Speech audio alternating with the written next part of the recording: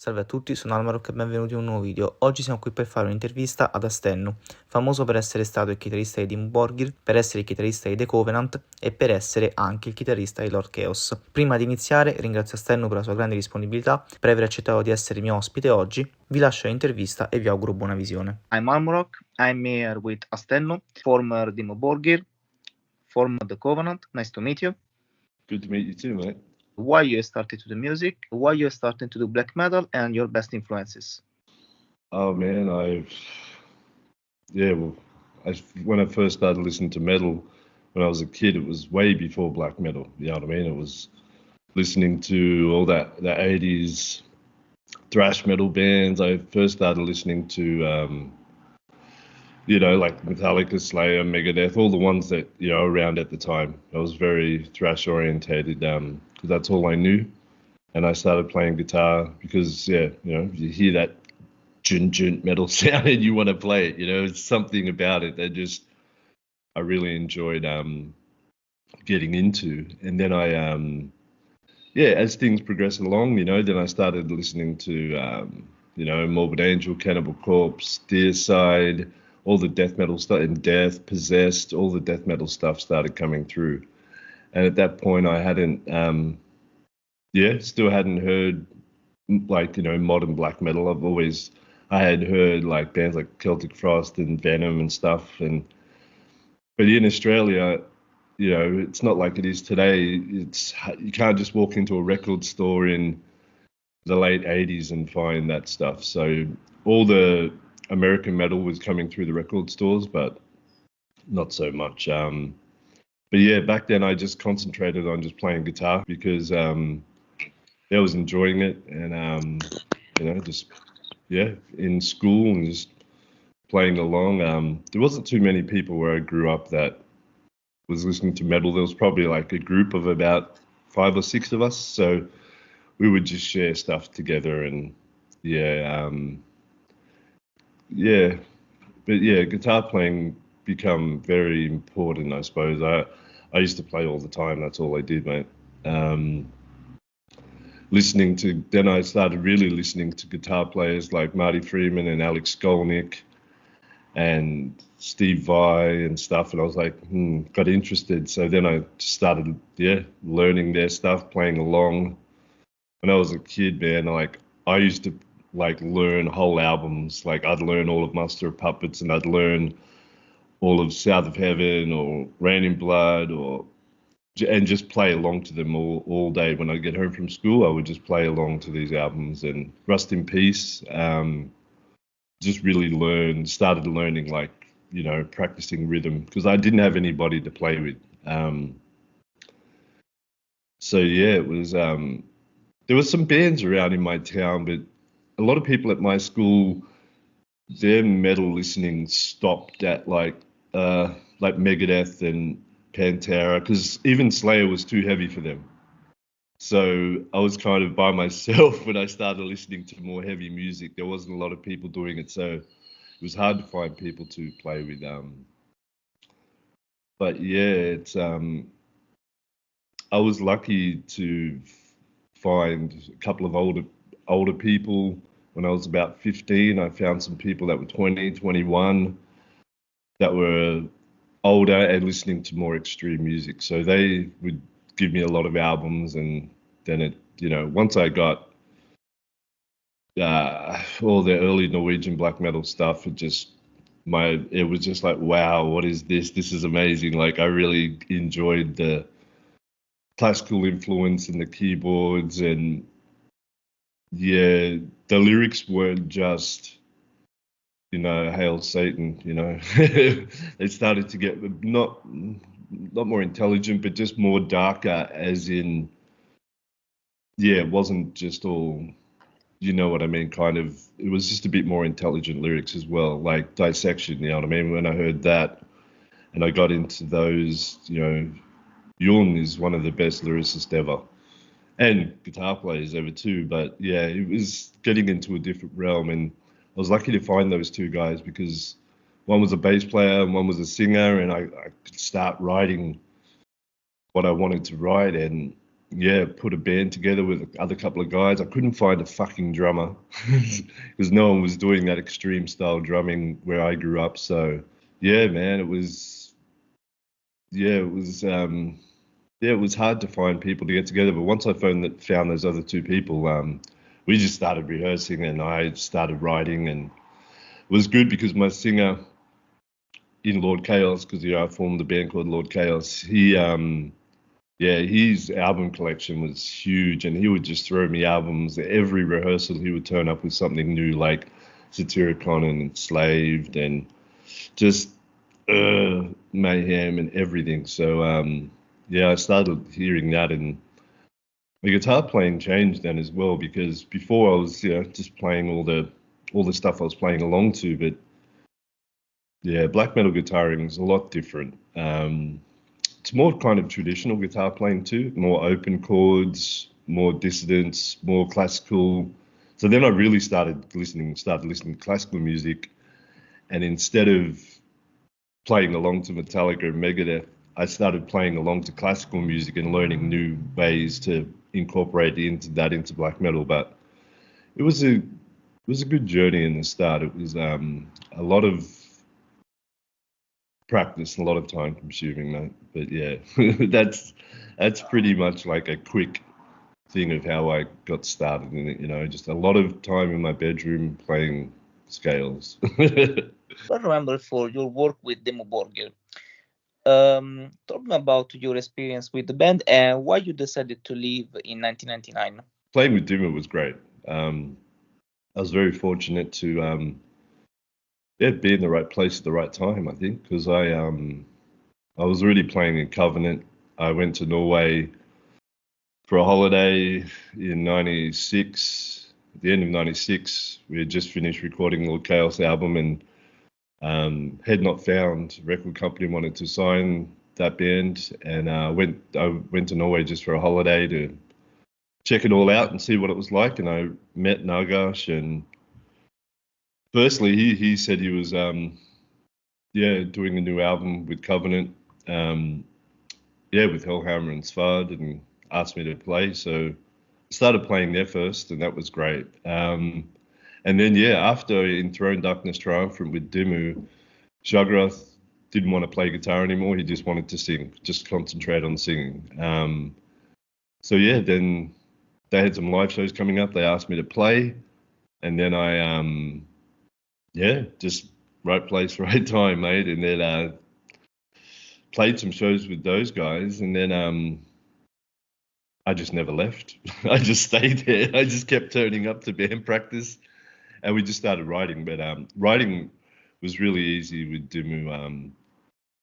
They're all really good at what they do. Good music writers. Nagash is a good writer. Shagrath is good. Selenos is great. So it was really easy to play with those guys, and everything was good. I really enjoyed playing in that band. It was a good journey.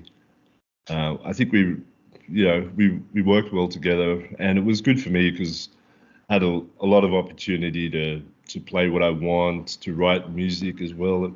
So and then especially when Mistus joined the band, that was really good for me too, because I had the chance to play with someone that did things a bit differently, and that kind of changed the way I started playing guitar as well, because I had to, before, if I was doing leads or solos, I just worried about the guitars, but now you have to worry about keyboards. All the notes have to fit to everything else. So it was challenging in that way, but I think it worked out well. But yeah, Dimmu was good, man. And I suppose when Nick joined the band, Nick Parker, he joined on Spiritual Tour. So we'd already recorded Spiritual, and then we did American tour, European tour with him, and we started writing Puritanical. That was good in the start. I think most of we wrote most of Puritanical with everyone, just me and Mr. Selenos, Shagrath, because Nick was still in England. So we were in Norway, and we were writing. I think we had about 5 or 6 songs written, and then I would go to England and practice with Nick. But me and Nick started having problems while we were writing Puritanical. And look, mostly it's probably got a lot to do with me. I was just used to writing songs, writing the drum parts, and then giving it to the drummer, and the drummer would just play the drums. That's how it always used to work. But with Nick's like, no, no, no, no. I'm writing the drums. I'm doing the beats I want to do, which is fair enough. But sometimes I just thought at the time, like, these are the riffs I'm writing, and I want these drum parts behind the guitars. And just started to get a bit difficult writing. And then I don't know, mate. It didn't work out with everyone at the time. So yeah, it was time to leave on. Plus, I think that it just didn't work out, mate. I wish it would. I wish it would have. It would have been great because at the time in that band, we had every part. Like Mistis was great, Vortex was great. His vocals were good. Nick is amazing. Mistis amazing. I was playing, so I think we had the right people to go forward. It was just that writing process. I think it just didn't work so well together. So yeah, man, it is what it is. About the Covenant, I watched on the Facebook of the band. The band was reunited again for a new album. You are in the project. Can you talk about this? I can. Basically right now we're just putting everything together to play some live shows. So basically, everyone's rehearsing in Norway at this time, and we just got a booking agent, and so we're just starting to put everything together to play some shows in the start. Like that's the goal, is to play festivals and just get a lot of shows done. So they're rehearsing right now to start getting everything ready. Plus, I'm doing everything in our WhatsApp group, like playing guitars back and forward, making sure remember it's like fucking 25 years ago. So I have to remember all the stuff. So I'm just making videos and posting it to them, and they do the same to make sure that we're all in sync. But me and Sarah will join soon. Soon we'll fly there and start rehearsing, and hopefully it's fun. I really liked that album. That was a really good album to do. I liked the playing on that was different to Dimmu. It's good, like completely different style of playing. So that's going to be a lot of fun.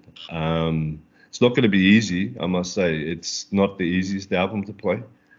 And so there's a lot of even for myself, there's a lot of rehearsing to do. But yeah, I'm pretty lucky because I just put Lord Kaos back together, my first original band. So